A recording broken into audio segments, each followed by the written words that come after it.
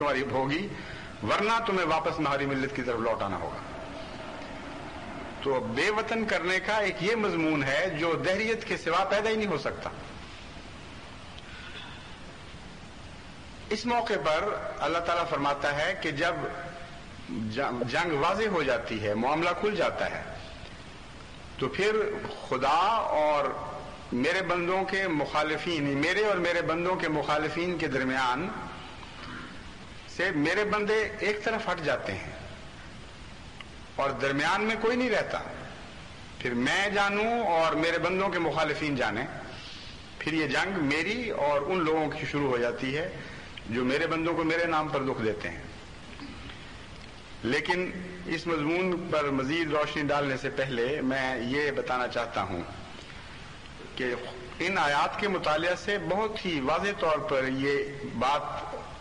انسان کے ذہن میں ابھرتی ہے کہ جب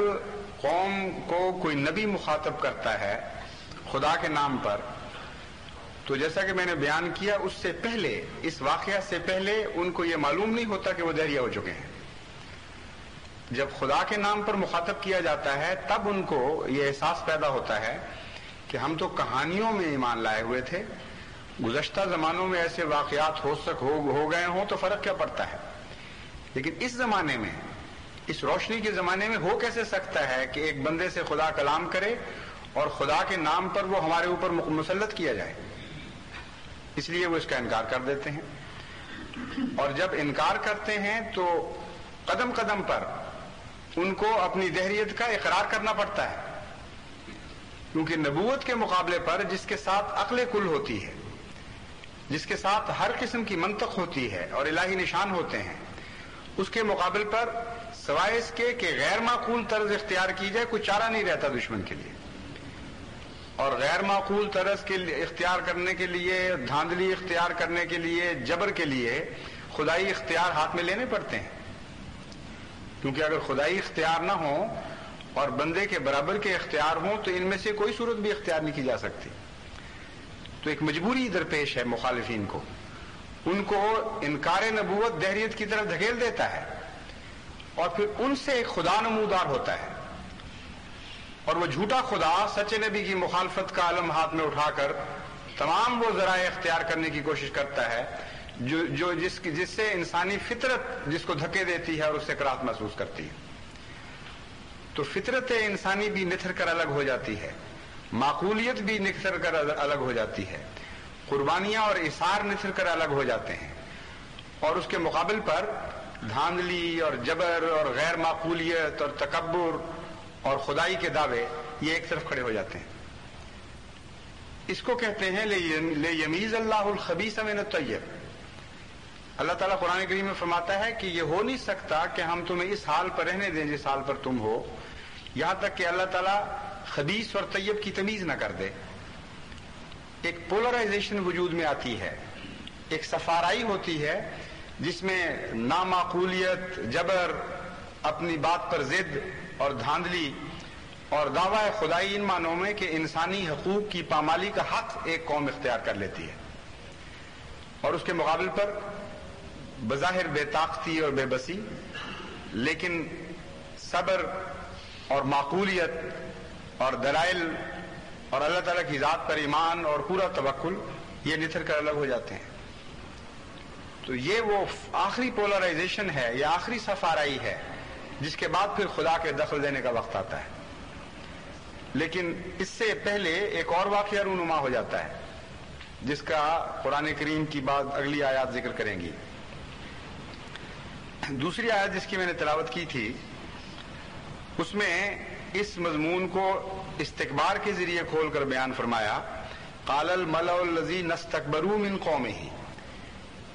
کہ یہ دراصل دہریت کے نتیجے میں نبوت کا انکار ہوا کرتا ہے، کیونکہ استکبار اور دہریت ایک ہی چیز کے دو نام ہیں۔ استکبار کہتے ہیں خدا کے کبر کو اس کی ذات سے چھین کر اپنی ذات کی طرف منسوب کر دینا۔ بڑائی تو صرف اللہ ہی کی ہے، اللہ اکبر میں یہی تعلیم دی جاتی ہے۔ اگر انسان اپنے آپ کو اکبر کہنے لگ جائے تو اس کا نام ہے استکبار، وہ کبر جو کسی کی ذات کو زیبا نہ ہو، جو اس کا حق نہ ہو، اسے وہ چھین کر کسی سے زبردستی اپنا لے. یہ باب استفعال سے استکبار نکلا ہے، جس کے یہ معنی ہیں کہ کسی کی چیز کو اپنا لینا. استحصال جس طرح ہے، چیز حاصل نہ کر سکے تو استحصال کرے، چھین لے،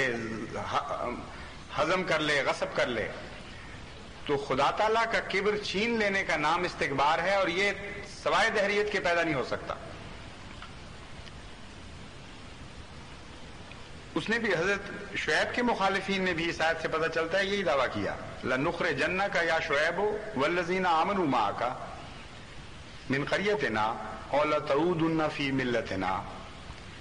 یا تمہیں ہمیں واپس لوٹ کر آنا ہوگا. اگلی آیت میں ان کی اس قوم کی یا ان لوگوں کی خدائی کا بھانڈا پھوڑ دیا ہے حضرت شعیب نے، اور ایسا پیارا جواب دیا ہے کہ سارا انفلیٹڈ غبارہ جو ہے وہ ایک دم کلیپس کر کے بالکل بے معنی اور خالی ہو جاتا ہے اپنے استکبار سے. جواب دیتے ہیں قَالَ أَوَلَوْ كُنَّا كَارِهِينَ، کہ تم کہتے ہو ہماری ملت میں لوٹ آؤ. تو ملت میں لوٹ آنا تو ذہن اور دل سے تعلق رکھنے والی بات ہے. یہ کیسے ہو سکتا ہے کہ ہمارے دل قائل نہ ہوں اور تم زبردستی اپنی ملت میں ہمیں واپس لے آؤ؟ تو تم تو اتنے بے اختیار ہو یا خدائی کے دعوے دار ہو کہ تمہارا تو اتنا بھی اثر نہیں ہے ہمارے دماغ اور دل پر کہ تمہاری تلواریں ہمارے دماغوں اور دلوں کو یہ قائل کر سکیں کہ تمہاری ملت میں آنا بہتر ہے. کتنا عظیم الشان جواب ہے. اظہار درد کا بھی کمال ہے اور اظہار حکمت کا بھی کمال ہے. ایسی غالب دلیل دی ہے اس جھوٹی خدائی کے خلاف کہ جس کے سامنے کسی کی پیش نہیں جا سکتی. کہ تم تو بہت بڑے بن رہے ہو، تم تو کہتے ہو ہماری زمین ہے، ہم تمہیں نکالیں گے یا زبردستی واپس لے آئیں گے. تو حالت تمہاری یہ ہے کہ نہ ہمارے دل کو قائل کر سکو نہ دماغ کو قائل کر سکو. اس کے بعد اللہ تعالیٰ فرماتا ہے کہ یہ مضمون آگے بڑھ کر فرعونیت میں تبدیل ہو جاتا ہے، کیونکہ ان تین مثالوں کے بعد پھر فرعون کی مثال آتی ہے، اور جس میں ایک اور پیغام ہے. وہ یہ ہے کہ جب تم سچی نبوت کا انکار کرو گے اور اپنے لیے خدائی کی صفات اپنے لیے ہتھیانے کی کوشش کرو گے تو تم پر ایک جھوٹا خدا مسلط کیا جائے گا جس کے قبضہ قدرت سے پھر تم نہیں نکل سکو گے اور دردناک عذاب میں مبتلا کیے جاؤ گے. کیونکہ سچی نبوت سے اگر تم بچنا چاہتے ہو تو اس کا متبادل آزادی نہیں رہی. اب جب خدا فیصلہ کرتا ہے تمہیں اپنے قبضے میں لینے کا تو دو ہی شکلیں ہیں، یا تمہیں اللہ کے قبضے میں آنا پڑے گا یا غیر اللہ کے قبضے میں جانا پڑے گا. تو جو تمہارے انکار کا فلسفہ ہے، جو نفسیاتی کیفیت انکار پر منتج ہو رہی ہے، وہ تو دہریت ہے اور خدائی کا دعویٰ ہے. کسی کی پیش نہیں جا سکتی کہ تم تو بہت بڑے بن رہے ہو، تم تو کہتے ہو ہماری زمین ہے، ہم تمہیں نکالیں گے یا زبردستی واپس لے آئیں گے. تو حالت تمہاری یہ ہے کہ نہ ہمارے دل کو قائل کر سکو نہ دماغ کو قائل کر سکو. اس کے بعد اللہ تعالیٰ فرماتا ہے کہ یہ مضمون آگے بڑھ کر فرعونیت میں تبدیل ہو جاتا ہے، کیونکہ ان تین مثالوں کے بعد پھر فرعون کی مثال آتی ہے، اور جس میں ایک اور پیغام ہے. وہ یہ ہے کہ جب تم سچی نبوت کا انکار کرو گے اور اپنے لیے خدائی کی صفات اپنے لیے ہتھیانے کی کوشش کرو گے تو تم پر ایک جھوٹا خدا مسلط کیا جائے گا جس کے قبضہ قدرت سے پھر تم نہیں نکل سکو گے اور دردناک عذاب میں مبتلا کیے جاؤ گے. کیونکہ سچی نبوت سے اگر تم بچنا چاہتے ہو تو اس کا متبادل آزادی نہیں رہی. اب جب خدا فیصلہ کرتا ہے تمہیں اپنے قبضے میں لینے کا تو دو ہی شکلیں ہیں، یا تمہیں اللہ کے قبضے میں آنا پڑے گا یا غیر اللہ کے قبضے میں جانا پڑے گا. تو جو تمہارے انکار کا فلسفہ ہے، جو نفسیاتی کیفیت انکار پر منتج ہو رہی ہے، وہ تو دہریت ہے اور خدائی کا دعویٰ ہے. تو اس کی سزا یہ ہے کہ تم پر پھر ایک فرعون مسلط کیا جائے گا. اس مضمون کو اللہ تعالیٰ بیان فرماتا ہے وَأُلْقِيَ السَّحَرَةُ سَاجِدِينَ، کہ دیکھو جب جادوگروں نے جو فرعون کی تائید میں کھڑے تھے انہوں نے دیکھا کہ خدا موسیٰ کی طرف ہے اور نہ ہماری طرف ہے نہ ہمارے فرعون کی طرف ہے، تو باوجود اس کے کہ نہایت عاجز اور کمزور لوگ تھے، قالوا آمنا برب العالمین، انہوں نے کہا ہم تو رب العالمین پر ایمان لے آتے ہیں، اور یہ وضاحت کرنے کے لیے کہ کہیں غلطی سے فرعون نہ یہ سمجھ لے کہ میں ہی رب العالمین ہوں، انہوں نے مزید کہا رب موسیٰ و ہارون، ہم اس خدا کو رب العالمین تسلیم کرتے ہیں جو موسیٰ اور ہارون کا خدا ہے۔ قال آمنتم لہ قبل ان آذن لکم، بڑے بے وقوف لوگ ہو اور بڑے سرکش ہو کہ میری اجازت کے بغیر کسی اور خدا پر ایمان لاتے ہو۔ گویا فرعون کا یہ کہنا بتا رہا ہے کہ وہ اپنے آپ کو رب العالمین سے بالا سمجھ رہا تھا، یہ کہہ رہا تھا کہ میرے سوا تو اور کوئی رب نہیں ہے جس کی تم اطاعت کرو، اور مجھ سے پوچھے بغیر کسی ماتحت کی اطاعت کا تمہیں کوئی حق نہیں ہے۔ چنانچہ کہتا ہے کہ دیکھو فسوف تعلمون، اس جرت اور اس سرکشی کی سزا بھی میں تمہیں دوں گا۔ اگر میں تمہارا خدا نہیں ہوں تو سزا دینے کا حق مجھے کیسے حاصل ہو گیا، سزا دینے کی طاقت مجھے کیسے نصیب ہو گئی؟